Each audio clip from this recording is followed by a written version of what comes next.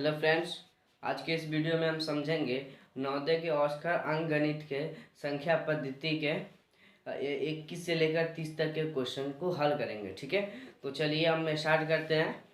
हमारा 21 नंबर हमारा क्वेश्चन है कि 130 और 150 के बीच आने वाली अभाज्य संख्या क्या कौन सी है। ठीक है, यानी कि बोल रहा है 130, इसको समझते हैं। हमारा क्वेश्चन नंबर है 21। ठीक है, बोल रहा है कि 130 और 150 के बीच अभाज्य संख्या कितनी है।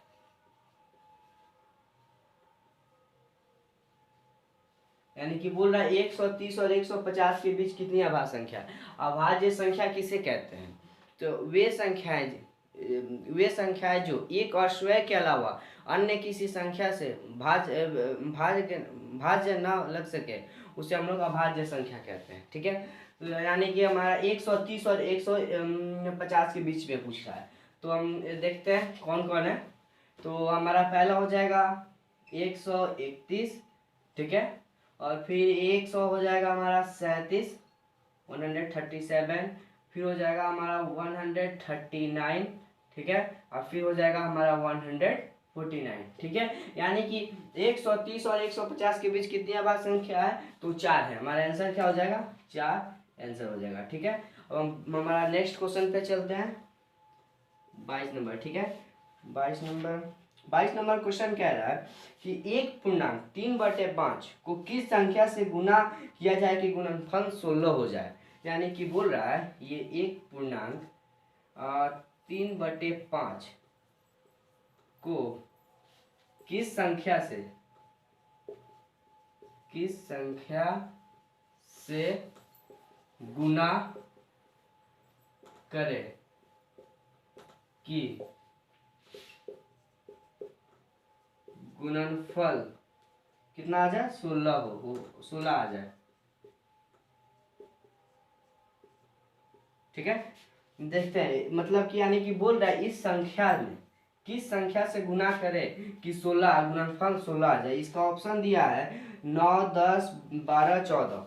यानी कि पहला ऑप्शन दिया है हमारा 9, दूसरा दिया है हमारा 10, तीसरा दिया है कितना 12, चौथा दिया हमारा 14। ठीक है, तो बारी बारी से इसको समझते हैं। ठीक है, ये पहले इसको हम पूर्णांक को तोड़ते हैं।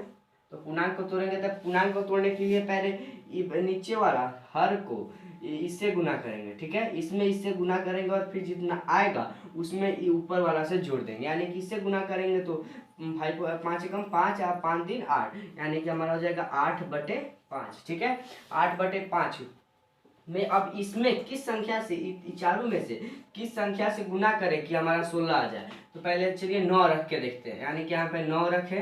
ठीक है, अब ये इसको कटा के देखते हैं। ये हमारा कटेगा नहीं कटेगा, तो ये हो जाएगा हमारा 72/5। ठीक है, तो यानी कि हमारा ये 16 नहीं आया, इसलिए ये हमारा नहीं हो पाएगा, 9 नहीं होगा। ठीक है, तो अब चलते हैं दूसरा देखते हैं। 10 रख के देखते हैं। ठीक है, 10 ये इसमें कटाते हैं तो ये 5 को इससे कटाएंगे, हमारा 2 हो जाएगा। यानी कि 8 से 2 से करेंगे तो 16। ठीक है, यानी कि हमारा 16 या कितना पूरा है गुणनफल 16, तो ये हमारा गुणनफल 16 आ गया। इसलिए हमारा आंसर क्या हो जाएगा? 10। यानी कि हमारा आंसर क्या हो गया? 10। इसमें 10 से गुना करेंगे तब हमारा गुणनफल 16 आ जाएगा।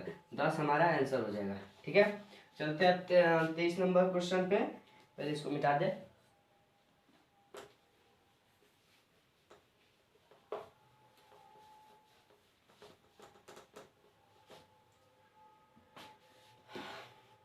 तेईस नंबर क्वेश्चन कह रहा है निम्नलिखित में से कौन कौन सी संख्या 6 से पूरी पूरी विभाजित हो जाएगी। यानी कि बोल रहा है कि ये हमारा संख्या दिया है 23 नंबर में,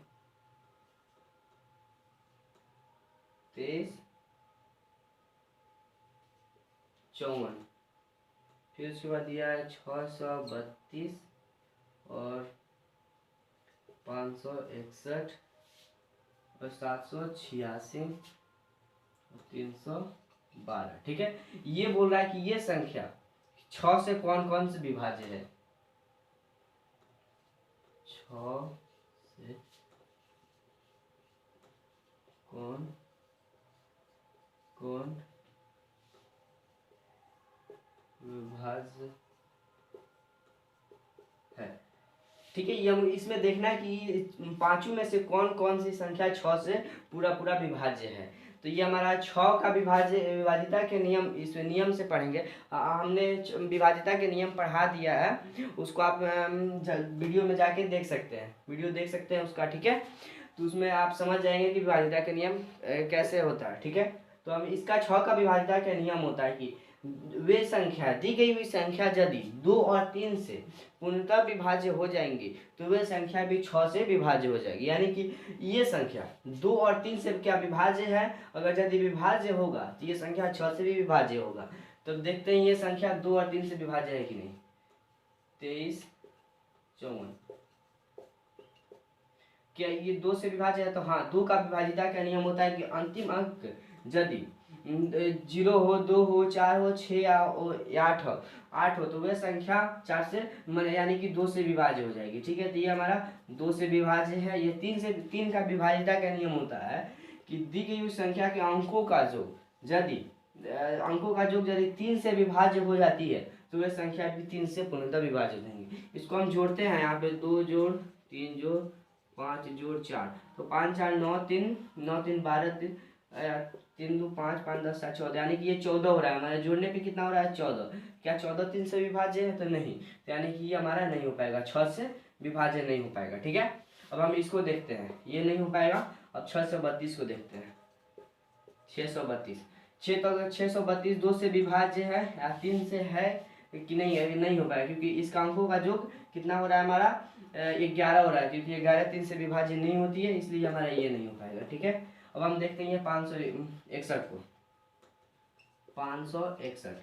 561 2 से विभाज्य है तो नहीं है, और 3 से तो ये 12 या 3 से विभाजित है, यानी कि ये 2 से नहीं है तो फिर 6 से भी नहीं होगी, तो इसलिए ये हमारा नहीं हो पाएगा। अब 786 देखते हैं।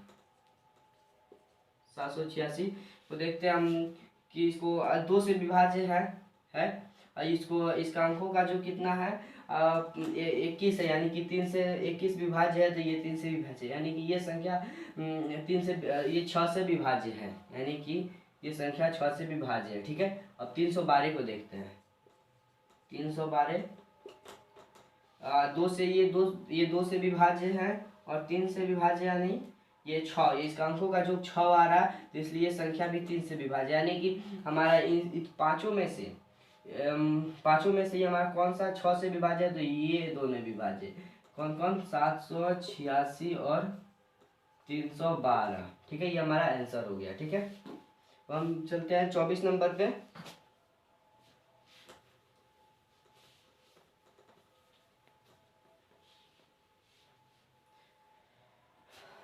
24 नंबर क्वेश्चन बोल रहा है कि 2 अंकों की सबसे छोटी अभाज्य संख्या क्या होती है। तो यानी कि अभाज्य संख्या वे संख्याएं जो एक और स्वयं के अलावा अन्य किसी संख्या से विभाज्य ना हो, वे संख्या वह अभाज्य संख्या कहलाती है। ठीक है, तो हमारा क्वेश्चन बोल रहा है 2 अंकों की सबसे छोटी अभाज्य संख्या। हमारा ऑप्शन दिया है 24 नंबर में 11, दूसरा का दिया है 13, तीसरा दिया 19, चौथा दिया है 10। यानी कि हम इसमें से सबसे छोटी अभाज्य संख्या कौन सी है? तो हमारा अभाज्य संख्या सबसे छोटी 2 अंकों की सबसे छोटी अभाज्य संख्या बताना है। तो 2 अंकों की इसमें से सबसे छोटी अभाज्य संख्या 11 है, यानी कि हमारा ये 11 आंसर हो गया। ठीक है, अब हम 25 नंबर पे आते हैं। 25 नंबर बोल रहा है कि संख्या 36490 में अंक 6 और 9 को परस्पर बदल दिया जाए। यानी कि हमारा संख्या दिया है 25 नंबर में 36490 को अंक 6 और 9 को परस्पर बदल दिया जाए। यानी कि बोल रहा है इसको जहाँ 6 है वहां पे 9 को रख दिया, जहाँ 9 है वहां पे 6 को रख देने के बाद बोल रहा है कि मूल संख्या और प्राप्त संख्या के बीच का अंतर, यानी कि मूल संख्या हमारा प्राप्त संख्या, ये हो गया हमारा मूल संख्या, प्राप्त संख्या और मूल संख्या दोनों का अंतर बताना है। यानी कि पहले इसको बदलते हैं, इसको बदलेंगे, हमारा बदलने पे क्या आएगा, परस्पर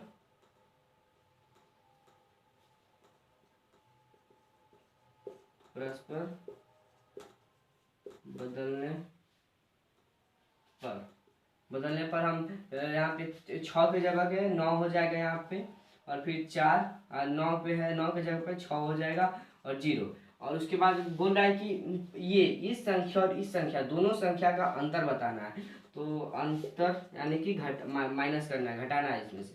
तो इसको घटाएंगे 39 460 36 490 को इससे घटाएंगे तो ये 0, 16 में से 9 गया तो हमारा बचेगा 7, ठीक है।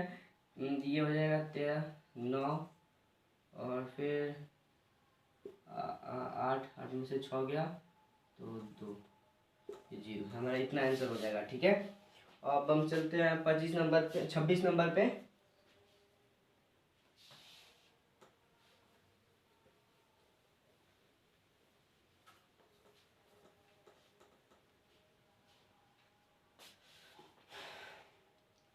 छब्बीस नंबर क्वेश्चन कह रहा है 1 से 50 के बीच कितनी अभाज्य संख्या है, यानी कि 1 से 50 के बीच।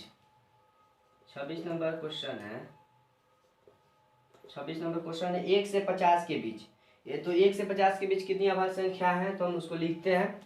पहले हमारा 2 हो जाएगा, 2 3 5 हो गया, 7 हो जाएगा, 11 हो जाएगा, 13 हो जाएगा, 17 हो जाएगा, 19 हो जाएगा, 23 हो जाएगा, 29 31 37 40 43 45 47, यानी कि हमारा 1 से 50 के बीच कितनी अभाज्य संख्या होती है, तो हमारा इतनी होती है। कितनी है, तो 2 4 6 8 10 12 13 14 15, यानी कि 1 से 50 के बीच 15 अभाज्य संख्या है, ठीक है। यानी कि हमारा ये 15 अभाज्य संख्या, 1 से 50 के बीच कितनी अभाज्य संख्या है, तो 15 अभाज्य संख्या है, ठीक है। चलते हैं अब नेक्स्ट क्वेश्चन पे। 27 नंबर बोल रहा है कि संख्या पद्धति में 4 अंकों की कितनी संख्या होती है, तो हमारा इसका आंसर 27 का होगा कि बोल रहा है कि संख्या पद्धति में 4 अंकों की कुल कितनी संख्या होती है, तो हमारा 9000 आंसर 9000 होती है, ठीक है। संख्या पद्धति में 4 अंकों की कुल कितनी संख्या होती है, तो हमारी 9000 होती है, ठीक है। चलते हैं अब 28 नंबर पे। बोल रहा है कि इसको पहले मिटा देते हैं।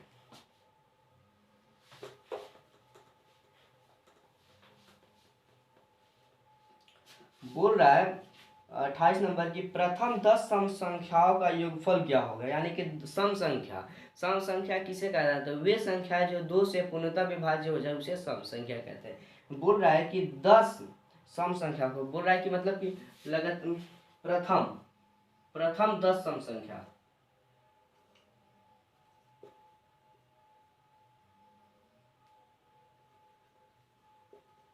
प्रथम 10 सम संख्याओं का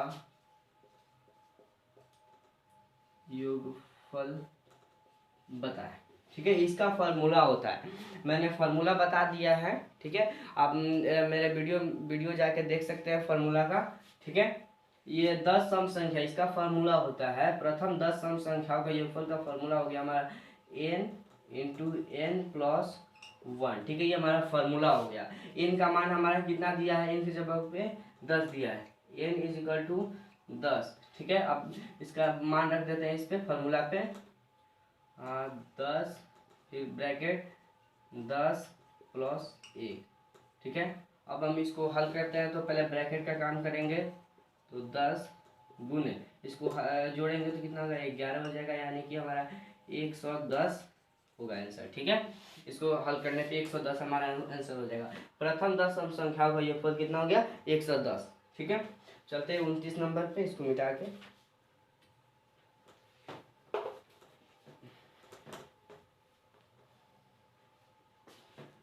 29 नंबर क्वेश्चन कह रहा है कि 60 और 70 के बीच कितनी विषम संख्याएं होती हैं। बोल रहा है 29 नंबर कि 60 और 70 के बीच कितनी विषम संख्याएं होती है। बोल रहा है कि 60 और 70 के बीच कितनी विषम संख्याएं होती हैं। ठीक है, तो हमारा विषम संख्या यानी कि वे संख्याएं जो 2 से पूर्णतः विभाज्य न हो, उसे हम लोग विषम संख्या कहते हैं। तो कितने, कहाँ से, 60 और 70 के बीच में पूछ रहा है, तो हमारा 61 पहले विषम संख्या हो जाएगा, 61, फिर 63, फिर 65 हो जाएगा। ठीक है, फिर 67 हो जाएगा, फिर 69, यानी कि 60 और 70 के बीच कितनी विषम संख्याएं हैं, तो 2 2 4 1 5, यानी कि 5 विषम संख्याएं है। ठीक है, 29 का हमारा 60 और 70 के बीच कितनी विषम संख्या है, तो 5 विषम संख्या है। ठीक है, इसको लास्ट क्वेश्चन हमारा 30 नंबर में चलते हैं।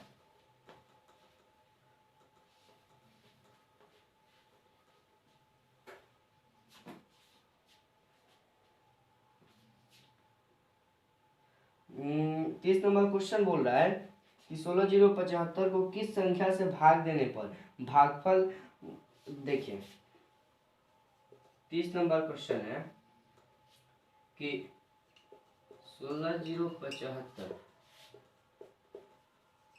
को किस संख्या से भाग दे कि भागफल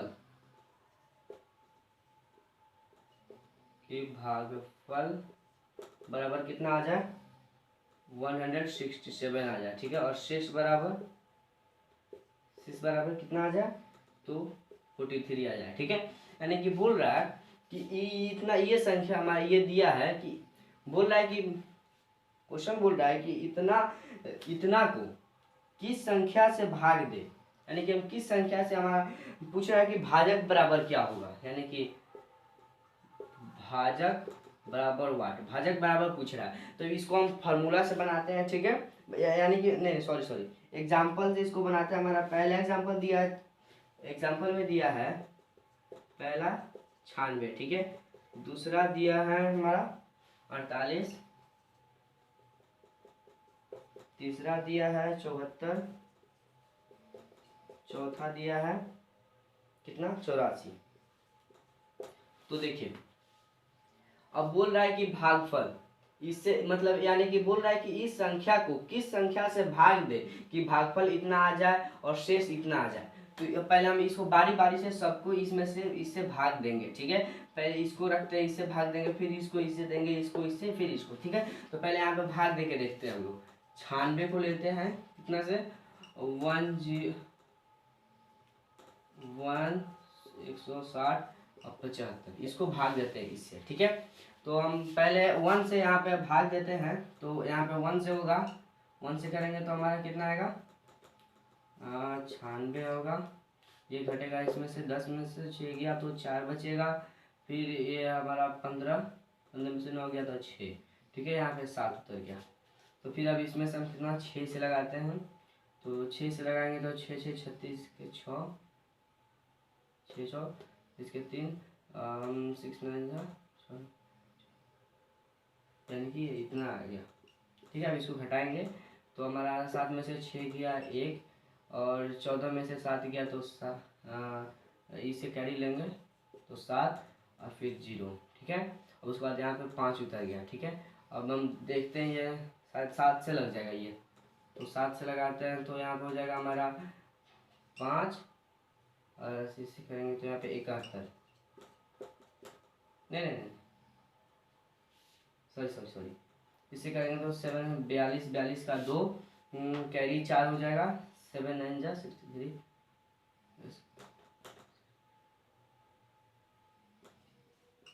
इतना होगा। ठीक है, अब इसको हम घटा के देखते हैं। यानी कि देखिए हमारा कितना कितना बोल रहा था भागफल इतना 167, तो भागफल हमारा 167 आ गया।